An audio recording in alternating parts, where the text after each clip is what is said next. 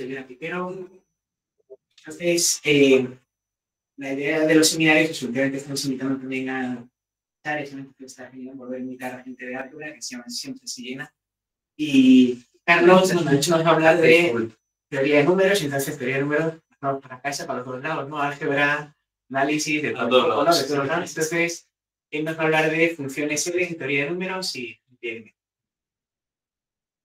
Yendo a esa filosofía que comentaba Lenier, pues gracias por la invitación, primero de todo.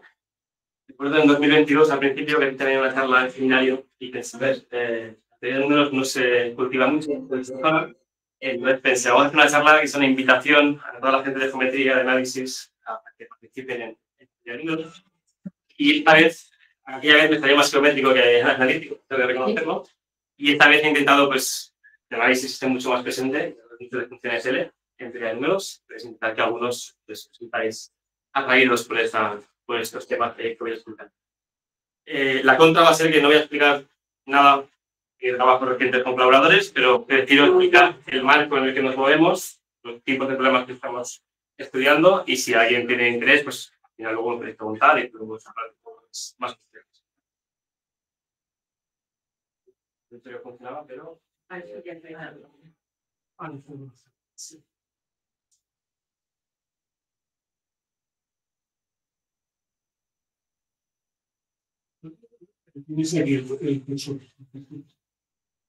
A ver, ahora sí. Ahora sí. Bueno, el menú para hoy. Vamos a dejar un menú penetrante con en el plato, un pequeño descanso para los algebristas. Y bueno, pues yo ya voy a hacer la charla. Y luego el segundo plato, y si llegamos al postre, ya un poco llenos. Pues. Entonces, primero, funciones de clase. Me da un poco a nivel histórico también con la función zeta de Riemann, conocida por todos. Bueno, lo remontamos ya al siglo XIX. Quiero decir, pocas cosas que ofrecen los recíprocos de N a la S. Y comentar que Euler ya introdujo esta función, pero Riemann fue el que bastante le dio el factor de importancia, se conjeturó la hipótesis de Riemann. Propiedades que me interesan para la charla de hoy. Pues esta función tiene una representación integral, lo tenéis aquí en función de esta integral ahí, la función gamma. Aunque la definición da una función convergente a priori solo en un semiplano de los complejos, admite continuación analítica o menomorfa a todos los complejos. Se puede sacar un producto de Euler, pero solo de nuevo en ese semiplano que os comentaba antes, y verificar la ecuación funcional que relaciona sus valores en S y en 1 menos S. Y los polos de la función gamma y los ceros de la función seno se compensan y todo funciona bien. Y otra propiedad interesante es que en S igual a 1, afuera, de convergencia, ese símbolo de convergencia, tenemos un polo de residuo 1. Y aquí pues entre paréntesis fórmula del número de clases, aunque aquí bueno, parece que esta fórmula no se ve, pero luego veremos por qué le llamo de esta. Bueno, así se puede generalizar para un cuerpo de números cualquiera, como de A sobre aquí, extensiones finitas de Q, con cierto anillo de enteros. Entonces, en lugar de poner 1 entre N a la S, pues ya hacemos que los números su generalización adecuada a anillos enteros son los ideales, hablar de ideales en lugar de números, pues tomamos las normas de todos los ideales posibles no nulos en el anillo enteros, y esto tiene formalmente el mismo tipo que la función zeta de arriba. Eso ahí debe ser un producto, es un producto de Euler, pequeña errata de la tabla, y recorremos todos los ideales no nulos del anillo entero. En el caso Q, recuperamos la función zeta de Riemann, realmente generaliza en este caso, y las propiedades son análogas. ¿Vale? A priori está definida solo en la parte real mayor que 1, pero se extiende a función menomorfa a todos los complejos, tenemos un polo n es igual a 1, etc. Y la fórmula de clases, por eso antes se llamaba fórmula de clases, al hecho de que el residuo n es igual a 1 es 1. Ahora, si miramos el residuo n es igual a 1 de la función zeta de Dedekind, nos da esta cantidad de aquí, la fórmula un poco horrorosa con muchos ingredientes, paso a paso. R1 y R2 son el número de embeddings reales y complejos del cuerpo del número. ¿Vale? En el caso de Q, pues R2 es 0, R1 es 1, no hay muchas cosas aquí, hay un 2. W sub K, que es más interesante, es el número de raíces de la unidad en K. Este es un caso muy fácil. Si K es totalmente real, si K lo puedo meter en los reales, a veces son más menos 1. Esto va a ser 2. ¿Sí? En los casos complejos a veces puede ser hasta 4. ¿Vale? Eso va a ser 2, 3 o 4. A veces siempre es simple. Digo, en el caso de Q, por ejemplo, sería 2, se cancela con el otro 2, R2 no aparece, no hay potencia de 2pi. El discriminante sería 1 en el caso de los racionales. Y el regulador, ese regulador que no voy a definir, viene un poco de cómo las unidades del anillo de enteros se pueden meter dentro de un espacio vectorial real, de R básicamente el grado, que están un poco de los exponentes. Es una medida de densidad, cómo de densas son las unidades del anillo de enteros en R elevado a n. Y H es número de clases. En el caso de K igual a Q, esto se reduce a este igual a 1. No hay nada más. Entonces, la idea que se va a restar de toda la charla. Parte izquierda, un mundo analítico, parte derecha, un mundo algebraico. La fórmula de relacionar un invariante analítico, que es el residuo de una cierta función menomorfa en S igual a 1, con, y aquí el invariante famoso, que es el número de clases. ¿Vale? La idea es que para un cuerpo de números cualquiera, calcular ese número de clases es harto complicado. Y calcular el regulador, pues, en general. Estos dos medidos complicados. Y el número de clases, por recordar, es entre los ideales del anillo de enteros de K, se forma un grupo de ideales fraccionarios, un módulo de ideales principales. Entonces, esto nos mide cómo de lejos estamos de tener factorización única a nivel de elementos en el dominio de 15, que es el anillo de enteros. Entonces, como una medida de una obstrucción para que todos los ideales sean principales. Y creo que si me enrollo mucho, luego lo concluyo.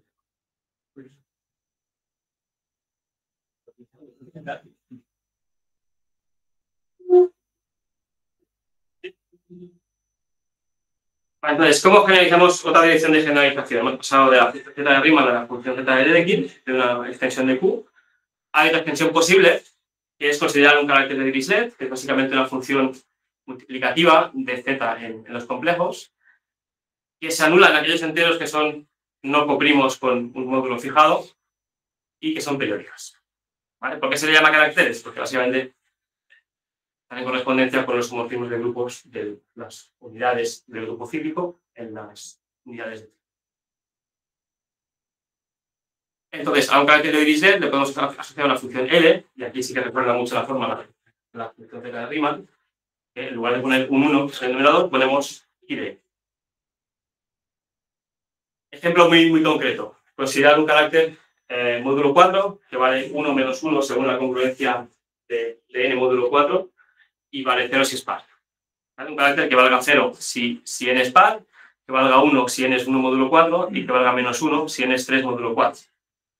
De alguna manera estamos separando, poniendo un signo más menos 1 del numerador, y en función z de Riemann separamos las contribuciones de los enteros 1 módulo 4, los 3 módulo 4 y los pares diarios. Esta función tiene propiedades muy similares a la función z de Riemann, se extiende a la función, de hecho, entera, si el carácter no es trivial, y si el carácter es trivial, pues la función del morfa con polo simple es igual.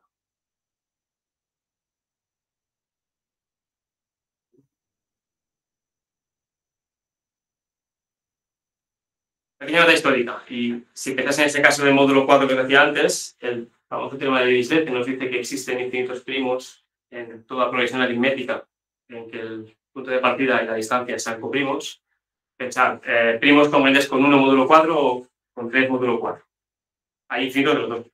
Y de hecho se puede ver que la densidad es un medio. En cada caso se reparten, se equidistribuyen entre las posibles clases. Pues la demostración de Dirichlet básicamente se basa en la función θ de Riemann, en unas aplicaciones un poco con matar muertas con cañonazos, es probar que hay infinitos primos. En Euclides es mucho más sencilla, pero la z de Riemann nos sirve para argumentar que hay infinitos primos. Lo que pensó Dirichlet es, bueno, si consigo separar esa función de Riemann según la congruencia de los primos, puedo demostrar que hay infinitos en cada clase. Y eso es lo que se puede hacer. Y el hecho de que esa función no se anula en S igual a 1 es crucial en esa. Volvemos a la fórmula para el número de clases. Habíamos dicho que básicamente estudiar el comportamiento de la función z de quien n es igual a 1 tenía que ver con el número de clases. Pero resulta que esta función z se puede poner como un producto de funciones de este tipo, de funciones de Dirichlet. Y aquí los caracteres no he especificado, pero asociado acá hay un grupo finito de caracteres y se puede componer sus funciones como producto de todas esas. Con lo cual, estas funciones L de Dirichlet nos codifican información sobre el número de clases. De nuevo, aquí escribimos el caso de igual a 1, lo simple. Y de nuevo, parte algebraica, parte aritmética. ¿Vale? Valores especiales de funciones L nos codifican información aritmética, por ejemplo. Y además, para cada una de estas tenemos fórmulas explícitas. Los resultados clásicos de Dirichlet. Nos interesará más adelante el segundo caso. Esto nos distingue cuando el cuerpo es totalmente real o no. Y este último caso, estos elementos que aparecen aquí son unidades ciclotómicas, son raíces de la unidad. Si F es una raíz de la unidad de orden F, y este es el conductor del carácter. Carácter Dirichlet, módulo F, pues esa xi es simplemente una raíz de la unidad.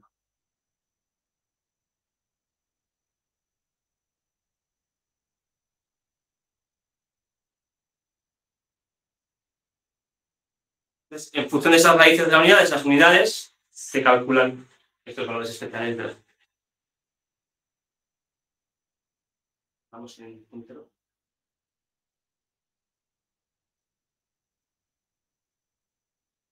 Entonces, esta es la parte más clásica. Entramos ya en el primer plato. Parte menos clásica, pero a día de hoy ya bastante trabajado. Curvas elípticas. Por recordar eso ya, he ya hablado de eso varias veces. El típico dibujo de la curva elíptica, una acción cúbica, puede ir a este estilo sobre Q. Y tenemos la estructura del grupo habitual, que habéis visto todos grupos. Si quiero sumar puntos, C y Q, pues trazo la recta que pasa por C y Q. Tomo el tercer punto y la suma es el simétrico. F, o, dicho de manera geométrica, o si trabajamos en geometría proyectiva, es la recta que pasa por este punto y el punto del infinito y corresponde.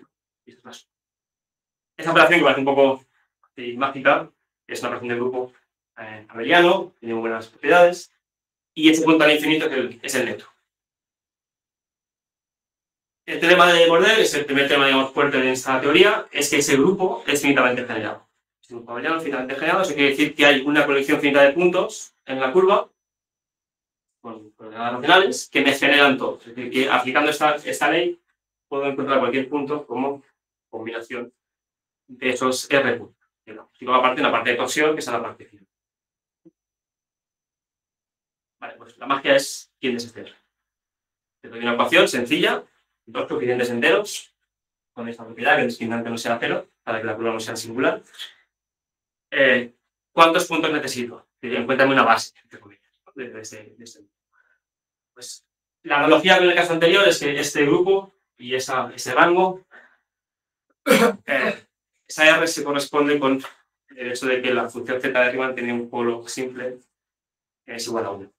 Y esa multiplicidad de este polo es. Ahora veremos más.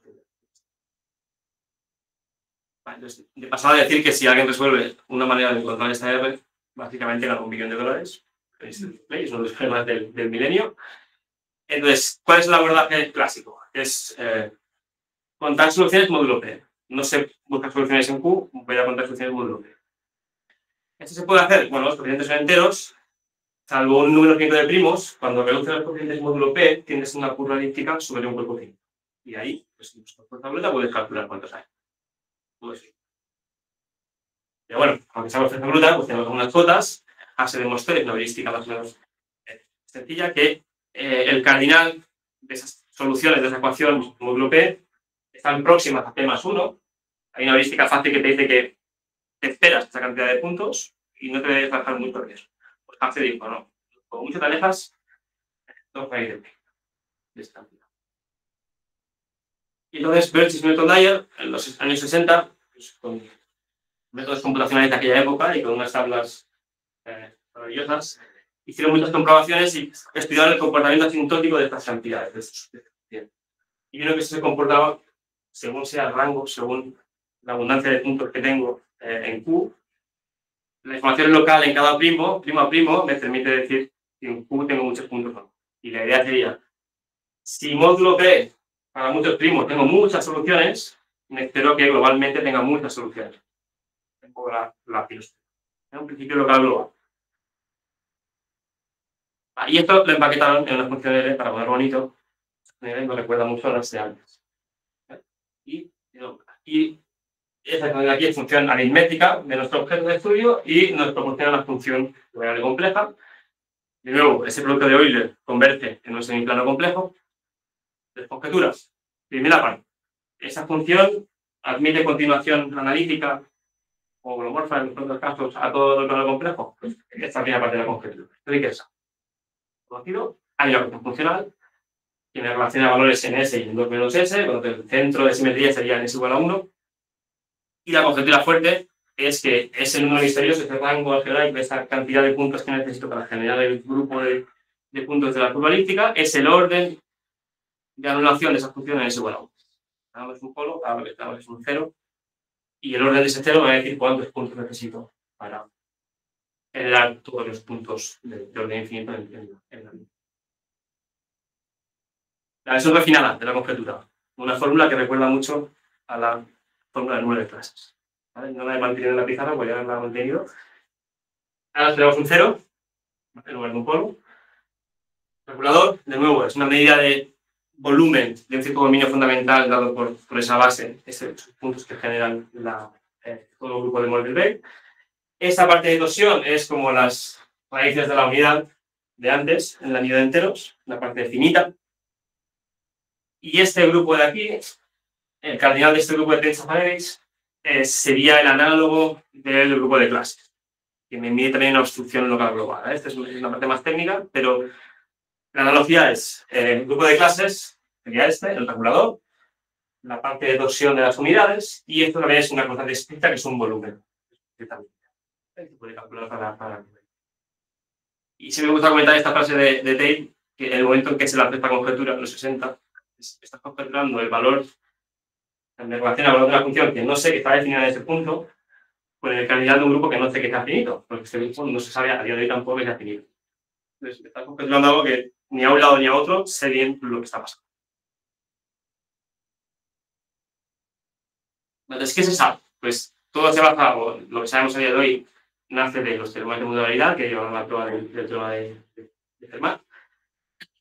El juego de variable compleja. Las formas modulares son funciones en plano complejo que verifican ciertas propiedades de invarianza bajo la acción de SL2 de Z o de subgrupos de SL2 por transformaciones de Lenzner. En particular, esas funciones son invariantes por traslación y admiten desarrollos de Fourier. Y la notación habitual es las consecuencias series de potencias en Q, donde Q es exponencial del 2 pi. Pues resulta que estos espacios de formas modulares, una vez fijas el grupo y un invariante que se llama el peso, son espacios vectoriales de dimensión finita. No hay mucha generalidad. Es un lenguaje complicado, pero acaba siendo la generalidad en buena parte. Pues el punto clave es la modularidad. ¿Qué significa esto? Significa que en estos espacios vectoriales hay ciertos operadores a todos puntos y se puede demostrar que estos espacios tienen bases formadas por formas modulares que son eigenvectores para todos esos operadores. ¿Vale? Tenemos uno para cada uno. Y una construcción que se aplica a Eichler y Shimura, bastante clásica, es que si empiezo con una forma modular de peso 2, ¿vale?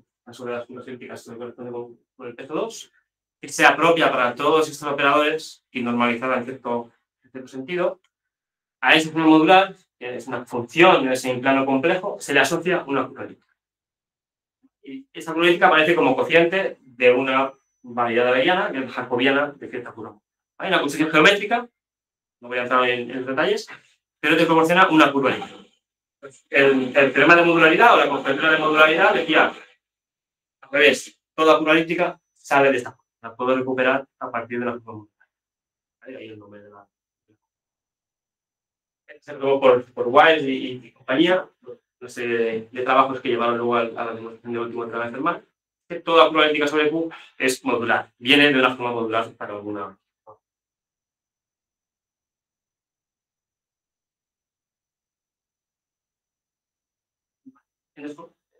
Consecuencias. Toda esta teoría de formas modulares tenía la ventaja de que estaba muy estudiadísima y a cada forma modular se le puede asociar una función L, y ahí sí que se sabía que hay continuación analítica, ecuación funcional, de todos los ingredientes básicos para poder plantear la conjetura, a esas funciones L se les conocía. Entonces, si E es modular, si viene de una forma modular, su función L es la misma que la de la forma modular, y ya sabemos que todo funciona. Por tanto, tiene sentido plantearse la conjetura de entrada. Ya sé que puedo extender a todo el plano, puedo evaluar en S igual a 1 y ver qué pasa. Y al mismo tiempo, estas formas modulares proporcionan un marco geométrico para... Por cerrar esta parte, luego veremos más. ¿Qué sabemos y qué no sabemos de esta conjetura? Finalmente un poco es el espacio respirado. Pues sabemos mucho y poco. Cuando el orden de anulación de esas funciones es 0 o 1, unos teoremas ya de los años 80, finales de los 80, demuestran que el rango algebraico es igual que el rango algebraico. La conjetura, la parte, digamos, no la fórmula explícita, sino la igual a los rangos analíticos, esto se sabe.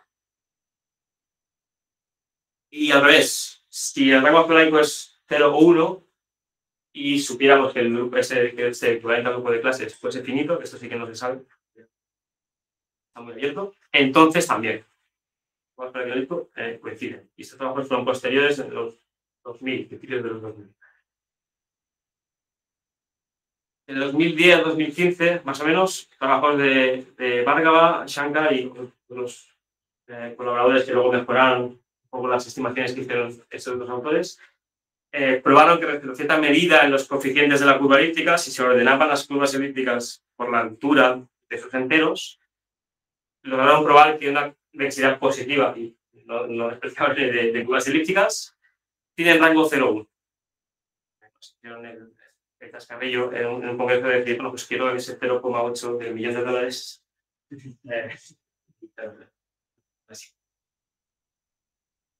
Y a partir de los trabajos, mucha gente empezó a preguntarse o a replantearse una conjetura que no está establecida como conjetura, pero bueno, es sentimiento de mucha gente, y es el rango de las curvas elípticas está acotado. Es decir, puedo encontrar una curva elíptica con rango algebraico tan alto como quiero.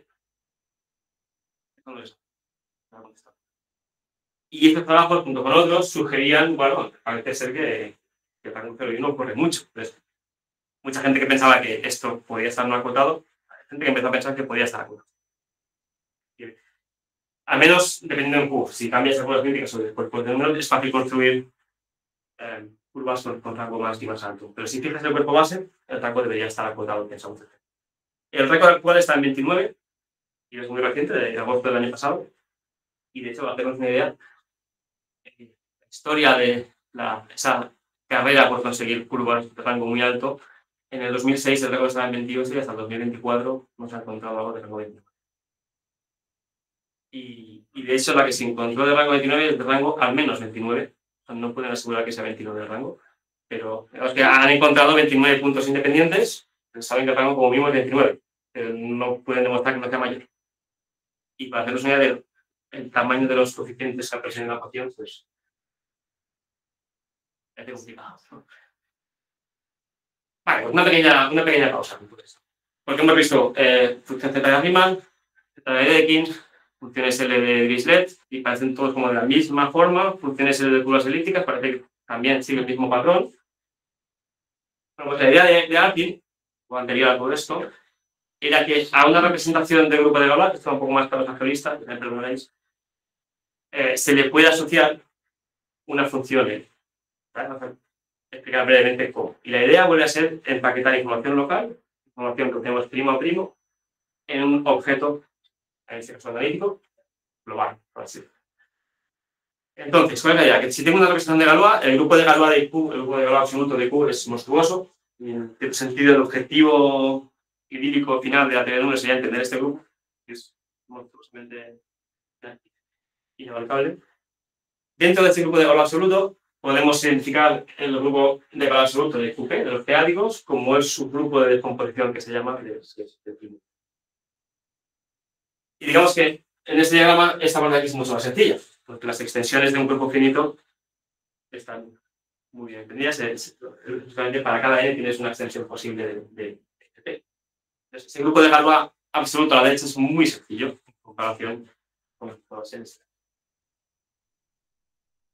Y además tenemos los elementos de Frobenius que generan topológicamente ese grupo de Galois absoluto de C. La idea de Artin era, si nos limitamos a que limitarse a los espacios de los invariantes por cierto subgrupo, pero en nuestra representación bueno, tiene sentido tomar este polinomial de hecho. Es decir, ρ de elementos Frobenius es una matriz. Esto es una matriz aquí. Y puedo tomar su polinomio característico. Y esa es la concepción que propone Artin. Y este detalle de aquí es que en algunos casos hay que limitar un poco el subespacio. Pero en casi todos no hay que hacerlo. Bueno, pues la función θ de Riemann, en casos concretos se puede ese producto de Euler se puede hacer mucho más explícito. Hay, digamos, los primos buenos son casi todos, hay unos cientos de primos que hay que ajustar cositas. Tanto la función θ de Riemann como la de Dedekind aparecen con una representación muy sencilla. Entonces vemos que son casos particulares de algo mucho más general. En el caso de las curvas elípticas, pues, hay un pequeño detalle que es que no salen de una representación, si voy un poquito atrás, compleja, y V es un espacio integral complejo. Pues para las curvas elípticas lo natural es ir a una representación con coeficientes en los eleatos, para un cierto primo R. Y la pregunta es, bueno, ¿y qué? Estoy con otro cuerpo, pero quizás puedo hacer lo mismo. Pero yo quiero un objeto que sea una función de valor complejo. Entonces, el problema aquí es que estaría evaluando un polinomio característico con coeficientes en QL en un número complejo. Y eso me chirrita. Bueno, la solución es limitarse a representaciones en las que este polinomio característico sea racional. Mira los seriádicos, pero el característico sigue siendo algo racional o entero, en los casos. Y resulta que la mayoría de representaciones que aparecen de manera natural en la geometría son de este tipo. Es una limitación entre comillas. Entonces, para la curva elíptica, la manera, digamos, elegante de decirlo, a la que le gusta más a los geómetras, es pues, considerar la homología eleádica de la curva elíptica y eso te da una representación. Y esa es la que te da la función L de la curva elíptica, como he puesto antes, como función de sus A sub P. Con tal soluciones módulo P me da una función de variable compleja. Pues esto sale como la función L asociada a esa representación de L. Manera un poco más directa de verlo, no tan pues si fijas la curva elíptica, fijas un primo, 3 por ejemplo, y miras los puntos de 3 torsiones. Es un grupo, va a ser un grupo finito, y esto de aquí básicamente es z módulo L a la n por z módulo L a la n. Y te da una cosa de rango 2 en los periódicos, y esto es básicamente el espacio de la dimensión 2. Esto es básicamente lo mismo. Es decir, consideras la acción de Galois en los puntos de torsión de la curva elíptica. En general, eso por poner cuál es el marco general, pues lo mismo que hemos hecho con la curva elíptica se puede hacer con muchas variedades geolaicas. Fijas una variedad geolaica sobre Q, proyectiva o singular, pues su cohomología de manera natural tiene una acción de Galois. Pues esa acción de Galois te da una representación y cumple las propiedades que decíamos. Es una cuestión más técnica, de ser no ramificada y de que ese producto de Euler en la mayoría de casos se comporta bien. Y que el característico de los frobenius no depende del primo, de hecho, y tiene coeficientes enteros. Entonces, esa concepción de Artin se puede hacer de ahí. Entonces, en cada caso en los que tengamos esta situación, las preguntas motivadas por los planos de antes es, vale, esta función L, que a priori está definida solo en el siguiente plano complejo, se extiende a todo el plano complejo. Primera conjetura, primer paso. ¿Qué me dicen sus valores especiales? Pues espero que los valores especiales me den información aritmética sobre esa variedad. Entonces, un poco la invitación que decía al principio es elegir vuestro foco. Pues aquí hemos tocado invariantes algebraicos, números de clases, rango de curvas elípticas, la parte analítica, funciones L, valores especiales, y la parte geométrica, que ya ha parecido menos, pero pues, ciclos en ciertas variedades, homologías en ciertas variedades. Y lo que hemos visto en los ejemplos de antes es que esas fórmulas de tipo BSD o fórmulas de número de clases me corresponden la parte de arriba, la parte algebraica por la analítica, y la parte de geométrica podría haber hecho un poco el salto, había conjeturas del mismo estilo, pero relacionando funciones L con círculos especiales en circunstancias. Vale, pues parte de mi invitación es a la gente de análisis convenceros de que aparte del análisis complejo hay análisis periódico, el mundo no arquimediano también es muy interesante, tiene cosas muy divertidas. ¿Vale? Entonces, un poco por fijar ideas, ¿cómo salen los periódicos? Como que muchos ya sabréis, en los racionales podemos tener el valor absoluto habitual, el arquimediano de toda la vida, o los valores absolutos periódicos. Básicamente es un entero, su norma periódica, es mirar la potencia de P que divide A, y su norma va a ser 1 entre P elevado a la segunda. Y eso se extiende a Q de manera ¿vale? Y eso produce una norma que es no arquimediana, es muy distinto a nivel intuitivo que el valor absoluto habitual. Pero, pues, tengo una norma, puedo completar respecto a esa norma, considero sucesiones de Cauchy en Q respecto a esa norma y completo. Esto es un cuerpo completo, que es el QP, es un cuerpo local. Tenemos sucesivos enteros, que son aquellos elementos que tienen norma igual que 1, y un unificador maximal, que son los múltiplos de C. Pues, ¿cuál es el análogo de C en este mundo no arquimediano? Pues este cuerpo QP, que lo puedo pensar como el análogo de los reales, en cierto sentido, si lo cierro algebraicamente, me da un cuerpo algebraicamente cerrado, que es QP barra, vamos a decir, pero resulta que esa completitud la he perdido. Al hacer ese cierre algebraico, lo que tengo no es completo. Es completo total, porque la norma se extiende de manera única a ese cierre algebraico, completas otra vez y te sale algo que es completo y algebraicamente cerrado. Hay un punto ahí de suerte, con más que otros periódicos, que es que al cerrar algebraicamente has perdido la completitud, al completar otra vez no has perdido que sea algebraicamente cerrado. Podemos pensar, si cada paso pierdo una de las dos propiedades, esto no acaba nunca. No, tenemos suerte y al segundo paso ya. Ese C sub P sería el análogo de complejo en este mundo no arquimediano. Otras maneras de verlo más algebraicas, pues como cuerpo de fracciones de un anillo profinito. Van a haber muchas palabras aquí en esta pantalla. Básicamente es considerar congruencias módulo P a la n y variar la n, esto da un límite proyectivo, eso de un anillo de propiedades y QP sería el cuerpo de fracciones. Esto simplifica un poco más la analogía de Z y cuerpo de fracciones Q, pues Z sub P y cuerpo de fracciones. Importante en esta topología y es que Z es mucho más pequeño que Z sub P y parecido, pero es denso. La norma tiene dos enteros periódicos o dos enteros que están muy cerca periódicamente, su diferencia es muy divisible por P, una potencia. No, enteros negativos están muy cerca de enteros positivos, que suman potencias de P a la bestia, y un entero muy negativo está muy cerca de un entero muy positivo. Hay dos interpretaciones, pero no me. Entonces, ¿cuál es la idea de estas llamadas funciones L periódicas? Porque todo lo que hemos hecho en los complejos tiene su análogo o su versión periódica. Entonces, función Z de arriba, volvemos al inicio. Entre los resultados clásicos que hay son valores especiales de la función Z. Los enteros negativos se conocen expresiones concretas en términos de números de Bernoulli y unas congruencias clásicas también de Kummer que, si nos fijamos en las entidades congruencias, ¿qué nos dicen? Que si tomamos dos enteros que están muy cerca periódicamente, es decir, su diferencia es divisible por una potencia alta de P, entonces esta cantidad y esta de aquí están muy cerca también de la métrica periódica. ¿Vale? Es el contenido, digamos, a nivel intuitivo, topológico, analítico, sería si los dos enteros están cerca periódicamente, esas cantidades están muy cerca periódicamente. ¿Y esas cantidades quién son? Este P sub K entre K básicamente es el valor de la función Z y esto de aquí es el factor de nivel del entero justamente. Es como que estoy olvidando un factor. El factor en P hay que quitarlo.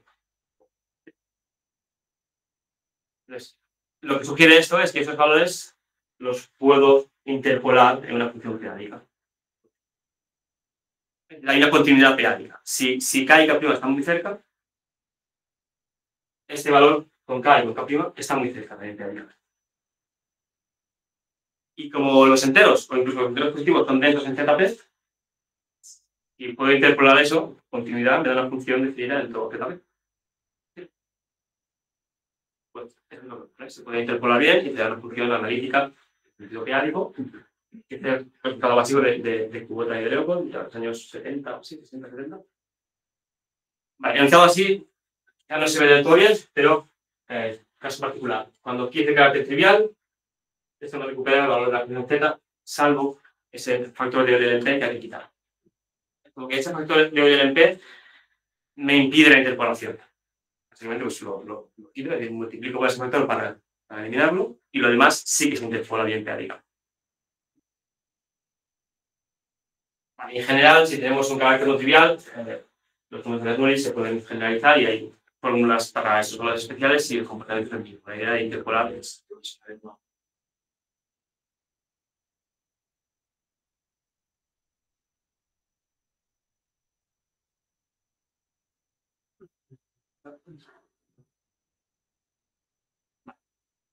Entonces, recordemos un poco aquella fórmula que hemos utilizado antes de la fórmula nudo de clases. Intervenían los valores especiales de las funciones de Dirichlet y decíamos, están en función de ciertas unidades de raíces de la unidad.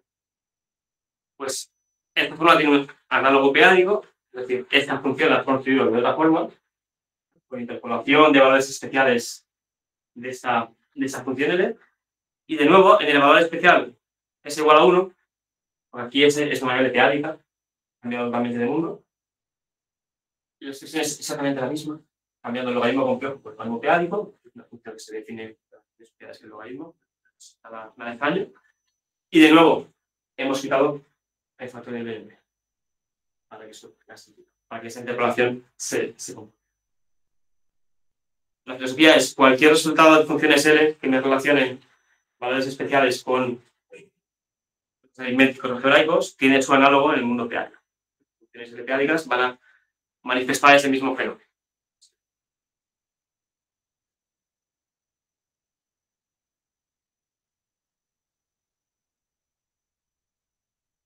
¿El caso en qué caso es realmente real? Pues, ¿por qué fórmula de clases peádicas? Pues porque, de nuevo, esta cantidad es la misma que antes, pero simplificando. Cuando caso realmente real, hay algunos factores ahí que no aparecen. El número de clases lo puedo expresar como realmente valores especiales de funciones L ahora peádicas. En lugar de... En todo esto hemos transmitido la idea de que las funciones L peádicas, menos en ese caso, se pueden construir por interpolación de valores especiales de funciones L complejas. Hay un punto, algo que no he dicho antes, esa expresión para z de 1 menos k en términos de números de Bernoulli es una función de variable compleja, pero esos valores especiales son algebraicos. Pero que al final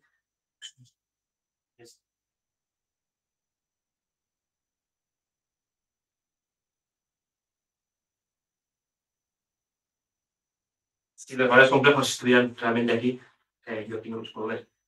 Entonces, valores especiales que son algebraicos, que son de esos números racionales, los puedo ver aquí, los puedo ver aquí. Los puedo capturar desde un punto de vista complejo y también desde un punto de vista pequeño. Si los valores especiales que yo quiero interpolar están aquí, no puedo verlos en este momento. Pues hay otras construcciones de funciones de peádica, en este caso de las funciones de Dirichlet, es toda la pila de Iwasawa, cuyo objetivo era estudiar torres ciclotómicas, de torres de extensiones ciclotómicas de curas, extensiones que obtienes adjuntando raíces primitivas o raíces de la unidad de orden potencia de. Y la objetiva principal de Iwasawa, que fue demostrada previamente por Davis y luego por Rubin, lo que nos dice es que las dos maneras de construir funciones peádicas, la analítica mediante interpolación y otra más algebraica, que viene más de la interpretación aritmética que uno quiere sacar al final, son las mismas. Y puede ser este mundo algebraico analítico que dan los mismos. Y la demostración de Rubin, que utiliza, es posterior, pero es más conceptual que la de Meisler igual, que es un poco intratable, hay unas cuentas ahí horribles que no se entiende muy bien. Y es más conceptual porque explota el hecho de que estas unidades, estos elementos de aquí, son los mismos en la fórmula peádica que en la fórmula compleja. Hay un objeto geométrico que te relaciona, o sea, que te sirve en el mundo peádico y en el mundo complejo, en los dos. Y ese es el puente que te permite pasar del mundo peádico al mundo complejo. Un poco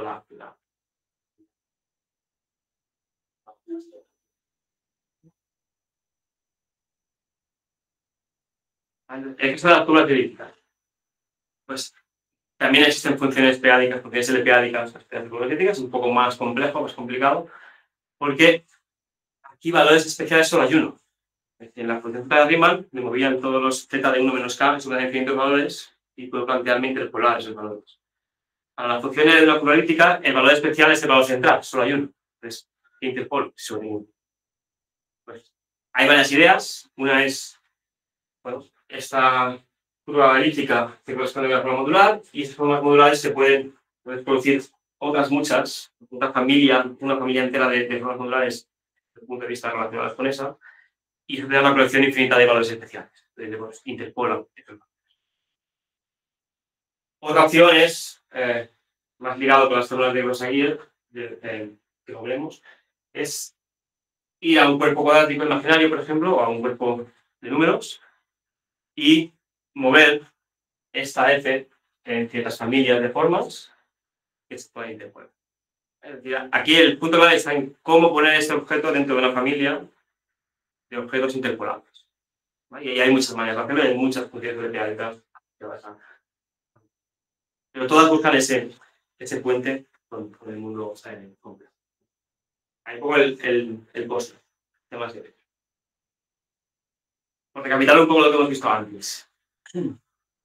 Esos elementos que tenían estas raíces de la unidad que hemos visto antes, son lo que se llaman unidades ciclotómicas, viven en esta torre de cuerpos. Si aquí cambiamos, si cogemos que F sea una potencia de P, puedo...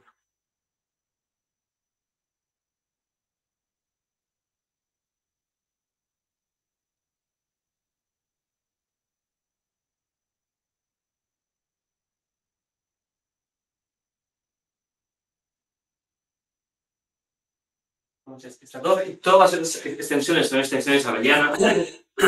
El Q. Todo esto vive en la extensión abeliana máxima de Q, es bastante grande, pero está bien entendida. Y digamos que la motivación inicial de Iwasawa era la siguiente. Si uno quiere estudiar, hemos dicho antes que el número de clases de un cuerpo es muy complicado de calcular. Pues aunque parece contraintuitivo, la idea inicial de Iwasawa era: es más fácil estudiar los números de clases de toda una torre que uno en particular. Porque si estudiar uno es difícil, me vas a estudiar infinitos a la vez, pues las técnicas que se usan hacen que sea más fácil entender el comportamiento de estos números al variar en esta torre que entender uno de manera individual. Puede ser la idea es: tengo este objeto que quiero estudiar, me puede servir meterlo o verlo dentro de una familia que comporte bien. Esa familia me da una estructura, me da una herramienta más potente, y estudiar toda la familia a la vez puede ser más sencillo que estudiar solo ese individuo completo. Entonces, ampliar miras muchísimo para estudiar algo mucho más grande, pero donde tienes más herramientas, y luego deducir cosas de los elementos individuales. Y de nuevo, la idea era que esas unidades, el mismo sistema de unidades, que describe valores especiales de las funciones L complejas y eso no lo voy a hacer. Bueno, la idea sistemática es esta. Estas unidades se relacionan todo este diagrama. Y en el caso de las curvas elípticas, la idea análoga más o menos a esto es la siguiente. Por la modularidad que hemos dicho al principio, esa curva elíptica E es un cociente de cierta jacobiana de la curva modular, y la idea geométrica que hay detrás de Heiner, y luego muy trabajada por Gross, por Zagier, es que en estas curvas de aquí conocemos los puntos especiales, se pueden construir puntos algebraicos. Es decir, mi objetivo final es, en el caso de las curvas elípticas, es entender las soluciones de la curva, entender los puntos algebraicos de esa curva. Pues la idea de esta gente fue: vamos a estudiar puntos algebraicos aquí y los bajamos a la curva. Eligiendo un cuerpo cuadrático imaginario adecuado, que va a depender de la curva elíptica, se pueden producir de manera natural muchos puntos algebraicos aquí, con ciertas compatibilidades, a puntos que son de nuevo una familia de puntos, no son puntos aislados, sino que son familias de puntos. Igual aquí tienes una torre de extensiones, tienes el cuerpo cuadrático imaginario, ciertas extensiones abelianas. Esas familias de puntos que se construyen en esa curva modular son algebraicos sobre estos cuerpos que están aquí. Y la idea, cuando varias teorías de simular y más gente, es que esos puntos, cuando los explicas así, siguen siendo algebraicos aquí y tienes buenas propiedades. Y te permiten definir puntos con cuadradas en K, en la curva. Y este teorema vuelve a ser otra manifestación de valor especial, o en este caso derivada, en un punto central de la función L, con información algebraica lineal.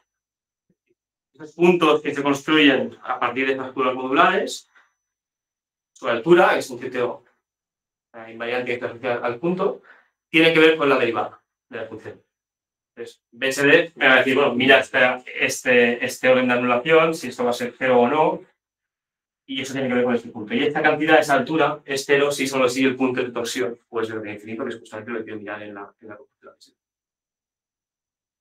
Vale, pues luego, una especie de complementos del teorema de Colibán es que si esos puntos especiales que te has construido no son de torsión, es decir, tienen orden infinito, entonces no puedes tener más. Básicamente es una cosa. El mismo sistema que te permite producir puntos, uno piensa, ya, pues de esta manera puedo producir puntos y puedo producir incluso situaciones de rango 2. Pues no.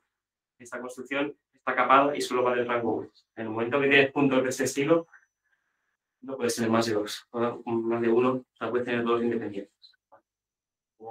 El propio sistema, la propia maquinaria tiene sus limitaciones. De nuevo, aquí la idea sería esos puntos de Wegner que me permiten deducir informaciones sobre el rango de la curva elíptica, aparecen en la fórmula de Gross-Zagier y en análogos periódicos que no he mostrado en pantalla, pero que también existen. Para las funciones L-periódicas asociadas a la curva elíptica se pueden formular análogos desde esta resulta. Entonces, el marco general que se encuentra en muchas otras situaciones sería este: invariantes arqueogeométricos, números de clases, rangos de curvas elípticas, etc. Los recuperamos como valores especiales o derivadas de funciones L complejas y también de funciones L. Esos sistemas de Euler que aparecen en la geometría son esos puntos de Wegner, las unidades ciclotómicas y otros muchos ejemplos que hay, sirven de puente y sirven tanto en el mundo complejo como en el. Y antes de la lección.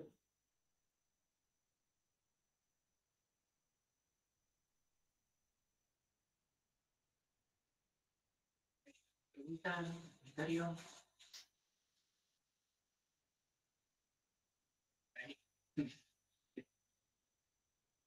Una pregunta, igual es una sinsolvada, pero si vamos a la última de todas, porque hay otra más, pero aquí siempre, no, esta yo creo que sirve para remitirnos a cuando has dicho que hay 3 enfoques. El análisis de la álgebra y de la geometría. Eso bien, pero por entenderlo mejor.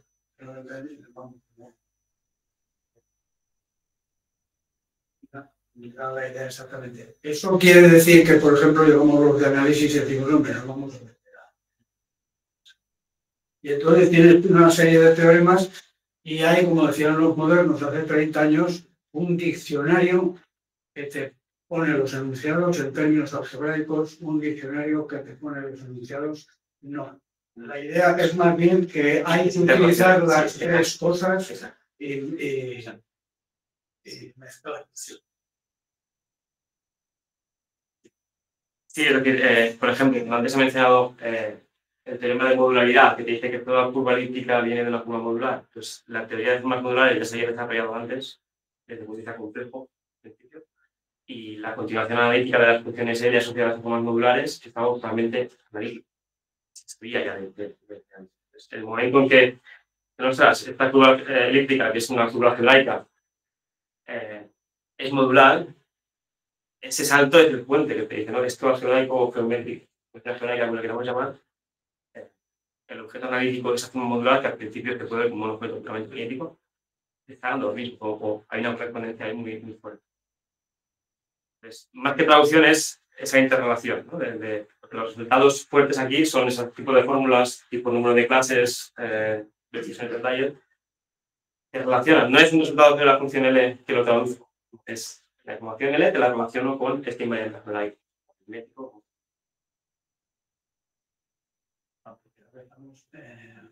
La idea de Artin, eso no es solamente en relación con representaciones de la LOA, sino que es operaciones de tiene que ver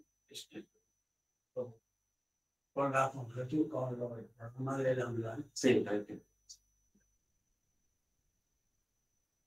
sí, aquí se puede formular todo en términos de representaciones automorfas, de representaciones automorfas. Sí.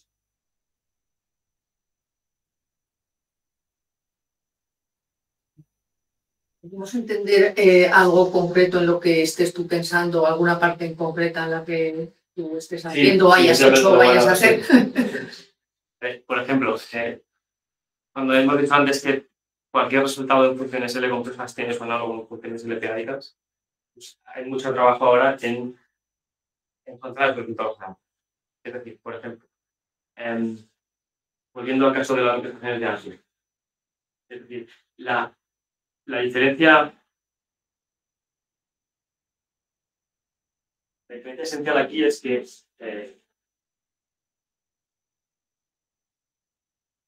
en todos los casos que se está estudiando últimamente, esas funciones L son no de Artin, pero el caso que he puesto después, ¿no? Que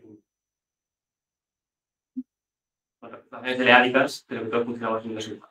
Entonces, si yo tengo, por ejemplo, dos representaciones y tengo sus correspondientes funciones complejas, funciones L complejas, si yo luego considero, por ejemplo, como representaciones, puedo hacer suma directa. Pues la función L asociada a esta suma directa va a ser el producto de estas funciones.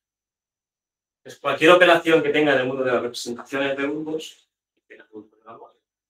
se traduce de manera natural en producto de funciones L, lo que se conoce como formalismo de arte. Como las funciones L están asociadas a las representaciones, hay cierto lenguaje que se comprueban bien. Pero el mundo de las funciones L periódicas es muy diferente, porque una función L periódica no está asociada a una representación. Tuvimos por interpolación periódica. Hay muchos casos interesantes, por ejemplo, que en cuanto a BSD, pues, tengo una curva elíptica y yo quiero información sobre esta curva elíptica. Hay muchos trabajos que lo que hacen es, en esa idea de estudiar este objeto dentro de una familia, esta curva elíptica tiene su función L y esto viene de una representación. Pues, lo que hace esto no es la suma directa.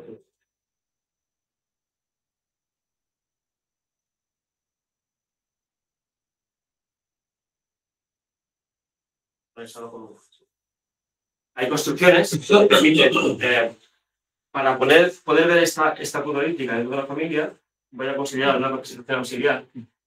Voy a hacer esta operación aquí y voy a poner esto en familias. Voy a considerar operaciones de esto con muchas V distintas. Y esto me da familia donde quiero ver este objeto. Me da muchas funciones. Una para cada representación. Y si lo hago de manera adecuada, valores especiales de estas funciones L se pueden interpolar periódicamente y me dan una función L variable periódica. Y esa es la que en último término luego tiene información sobre este objeto. Entonces, en lugar de estudiar la función L asociada a la curva elíptica, maneras de poner esa curva elíptica o la información de esa curva elíptica en familias requieren considerar otras representaciones auxiliares para tener muchas funciones L y sus valores especiales para interpolar. Ahora bien, esa función L periódica que te construyes no tiene un formalismo de Artin porque no está asociada a valores. Entonces, muchos resultados que aquí son automáticos en el mundo complejo porque tiene ese formalismo, en el mundo periódico no. Pero la complejidad es que la dice tú. Entonces, cuestiones de este estilo, de que la función L se puede escribir como un producto de dos, y eso hay muchos ejemplos que luego tiene aplicación a problemas tipo conjeturalización dentro de ella, porque luego aquí los órdenes de anulación los puedes provocar casos en los que el orden de anulación crece.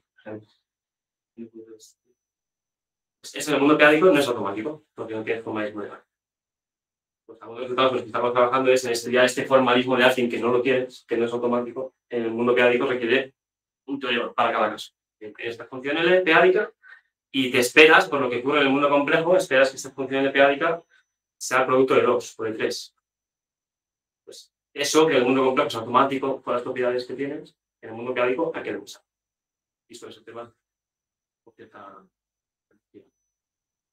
Otros casos en los que hemos trabajado en los últimos años es en todo lo que tiene que ver con los puntos de Hegel, que es uno de los sistemas de electromos. Así que tiene una relación directa con la conjetura clásica. De ver aquí el planteamiento, aquí es donde nos ha un poco la explicación.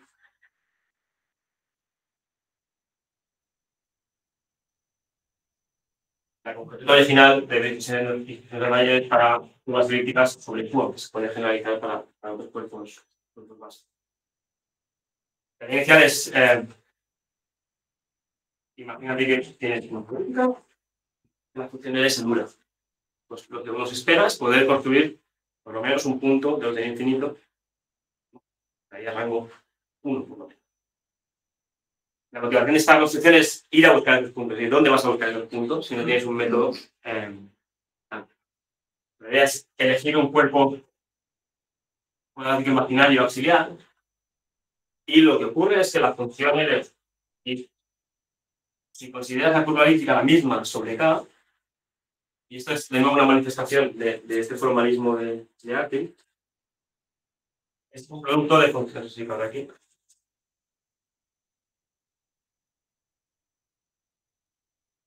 De dos funciones L. Una que es función L de la curva elíptica original sobre Q, y otra que es un twist cuadrático. Es una conjugación, es una manera de que piensa. Entonces buscas cuando luego aquí tomas la derivada, esto se lo derivada de este con el otro, etc. Entonces buscas que la anulación de este te provoque aquí anulación. Y luego buscas estos puntos.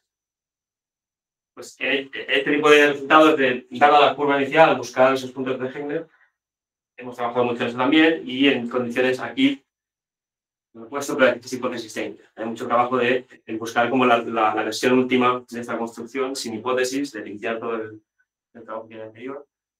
Y de versiones también cambiando curva elíptica por variedad abeliana de superior. Estamos haciendo últimamente con algunos colaboradores en este mundo de los puntos de Hegel y en las funciones L-p-ádicas, en ese formalismo de Artin que no existe. Trabajar en casos que son de interés para problemas concretos.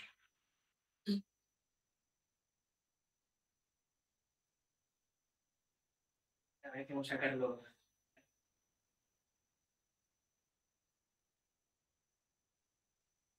El siguiente seminario será el martes, ¿verdad? En vez del jueves, será el martes, la semana que viene el martes.